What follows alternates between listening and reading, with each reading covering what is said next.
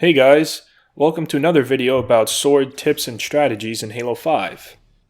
So for today we're going to be going over a more advanced breakdown on how to develop your sword skills in this game.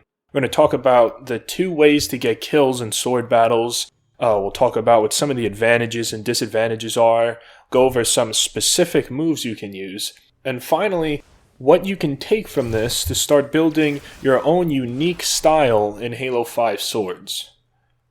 For today's video, we'll be using some footage of a recent sparring match between me and Skullin75, a moderator on our Discord server, to give you guys an idea of just what we're talking about in today's video. So if you're new to Halo 5 swords, please feel free to check out our previous video on the very first tips and tricks you should know about the energy sword in Halo 5. Like we said in that last guide, basically, you win with a sword in this game when you kill the other person without them being able to clash with you. And when I say clash, I mean without them being able to swing back at you when you're swinging at them. So that sounds simple enough, right? Well, today we're going to talk about how you win if you're playing against someone who actually knows what they're doing. We're going to go over the two different categories of tactics you can use to win, which are basically movement, meaning making the other person miss and then quickly killing them before they can recover, and timing, which means using specific moves that prevent the other person from swinging in time to clash with you, even if they're not missing. So let's start with making the other person miss. Movement in Halo 5 swords can basically be broken down into three sections, and that's footwork, height, and juking. To get the best you can be at throwing the other person off, you should ultimately try to take advantage of all three of these.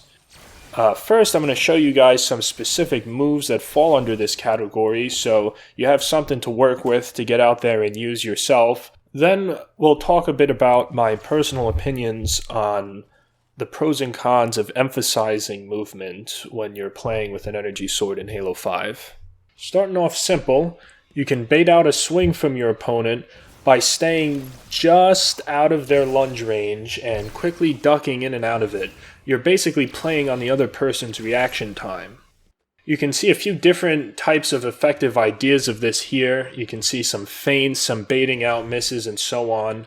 This type of move is especially useful against very aggressive opponents, people who oftentimes will swing early because they're trying to kill you as quickly as possible.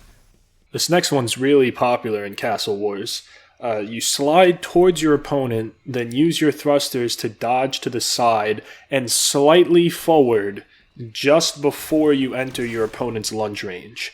They'll swing at where you were, not where you are, and if you can get your reticle on them in time, you basically have a free kill. This is similar to the last one, except it's less dramatic and a bit harder to pull off, but in return, it's also a lot harder to see coming. So you walk or jump towards your opponent while kind of listing towards one direction, then you use your thrusters to juke towards them, but also in the opposite direction of what you were kind of leaning towards. If timed right, you'll pass right through their reticle quicker than they have time to react as it turns red, and they'll miss unless they're expecting you to do this. I will say though, be careful with these last two moves because if you misjudge the distance or timing, you'll let your opponent get an easy kill on you before you actually use your thrusters. The difference between this one and the last one is that you don't get nearly as much opportunity to set up your jukes while you're in the middle of clashing with your enemy. Just be sure to mix up your directions and try to predict which way the other person is going to get the jump on them. If you hesitate a split second before using this, you might more effectively bait out a miss. With swords, jumping the split second before you lunge will both give you a slight range buff and also somewhat shift where your opponent has to aim to clash with you. Be sure to mix in jumps throughout a fight depending on where you think your opponent is aiming for. Similarly, crouching while lunging increases your range as long as you aim for your opponent's lower body, and lowers where your opponent needs to aim. Use it when playing aggressively and if you believe your opponent is aiming for your head. More on other uses of this to come in the section on timing. So those are some good movement tricks with swords. Now onto the pros and cons. Emphasizing movement is my preferred tactic because I come from a background of playing like a lot of Castle Wars, and in game modes like that, where you might have to deal with a lot of enemies quickly, this is the best way to do it. In theory, the fastest and cleanest sword kill you can possibly get is one where you make the other person miss first and then you just kill them with no clashes. That's the ideal. Now you get that multiple times in a row in something like Castle Wars, and you just gotta kill Tacular easy. Now, in 1v1s, it's not that it's less useful, it's just harder to do as well. In a 1v1 scenario, the other person is laser focused on you the whole time, and they can try to predict if you're going to try some specific juke, and then they can try to counter it. So, this is where mind games come into play. You have to mix up what you're trying to throw the other guy off with, and even try to counter them if you feel like you've got a grip on how they're playing.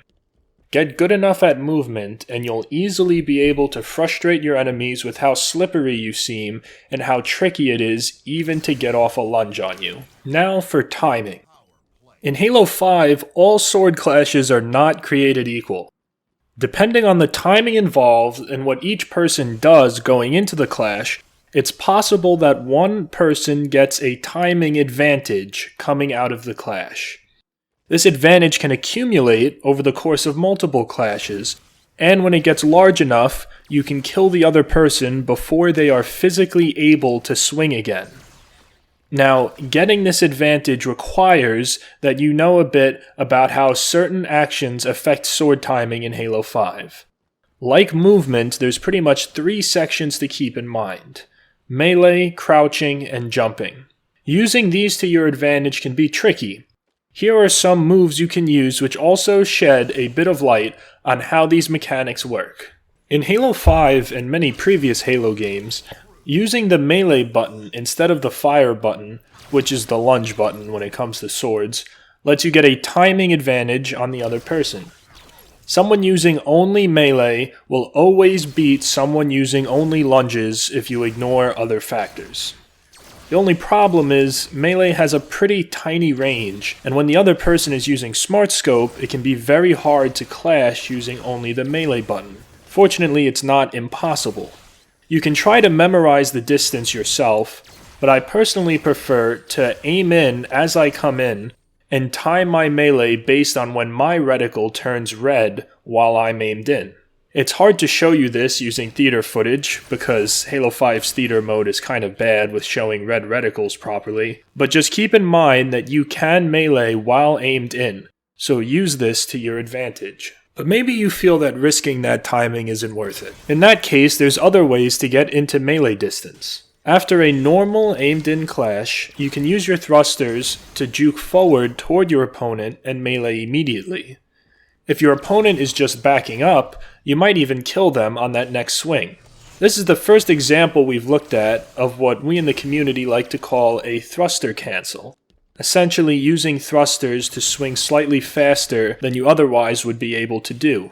Speaking personally, I highly recommend this move when playing against players who just like to back up after every clash. Rushdown clashing is a general term I've made up to refer to this tactic shown on screen. In summary, jumping into crouch lunges will gradually give you a timing advantage, which will give you the kill over the course of a few clashes. You can do this while aiming in or not if you're close enough. It works either way.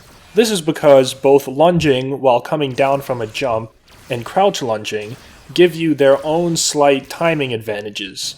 Put together, they add up pretty quickly. The better you time when you crouch, the more of an advantage you'll get. Many people choose to spam the crouch button just as an easier way to accomplish this. Mixing these moves together allows you to constantly pressure any opponent.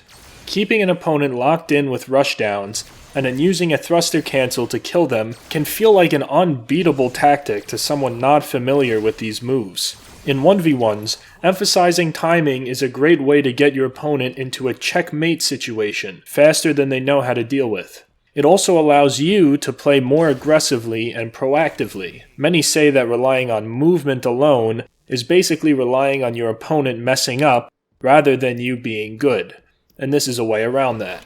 If your opponent isn't as familiar with these specific mechanics, they may not even understand how you're beating them, which obviously makes it incredibly hard for them to adapt to what you're doing. That said, I would caution against relying on timing in non-1v1 modes. Although these tactics can feel really strong when playing against one person, they tie you down more than using movement. If you're taking 3 or more clashes to kill someone in a mode like Castle Wars, odds are his buddy is going to come kill you while you're trying to build up that timing advantage to get the kill. That said, it's hard to deny the usefulness of timing in 1v1s, which are arguably currently the most competitive game mode in Halo 5 Swords anyway. When I refer to a style in this game, I'm talking about basically which of these two, timing or movement, do you emphasize in how you play? What moves do you like to use a lot? And so on. Of course, the ideal is to be the best at everything.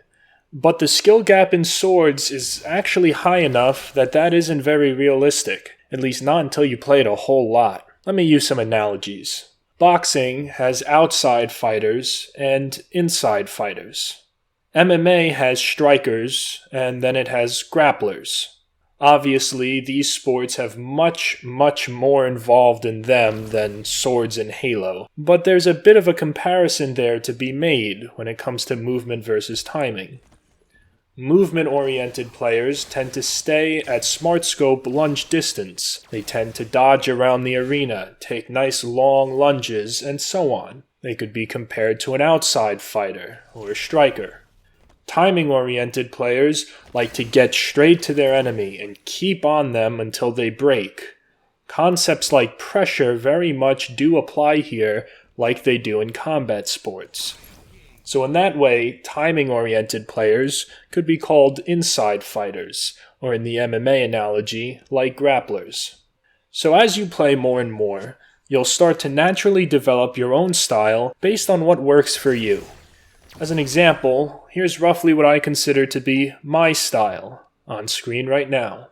As I've said, I played an ungodly amount of Castle Wars back in the day, even on previous Halo games, and you can see that in how much I emphasize movement in my playstyle even now. That said, I do still throw in some timing traps to pick up kills here and there, particularly using the thrusters. And as you see in this last spot, there are X factors to your style, beyond just timing versus movement and what moves you use. I consider myself to be a reactive player. That has its disadvantages to be sure, but over the course of a match, I feel it lets me counter what the other person is doing. You'll naturally develop factors like this as you get more and more practice in. Well, that's all I have for you guys today. If you're interested in getting in on ranked Swords matches, tournaments with no entry fee and real prizes, or if you just want to get involved with the community and get better with a sword, you can join our Discord server with the link in the description below. We're looking to do a massive tournament this summer as a send-off to Halo 5 before Infinite comes out, so check it out. See you next time, guys. Good luck out there.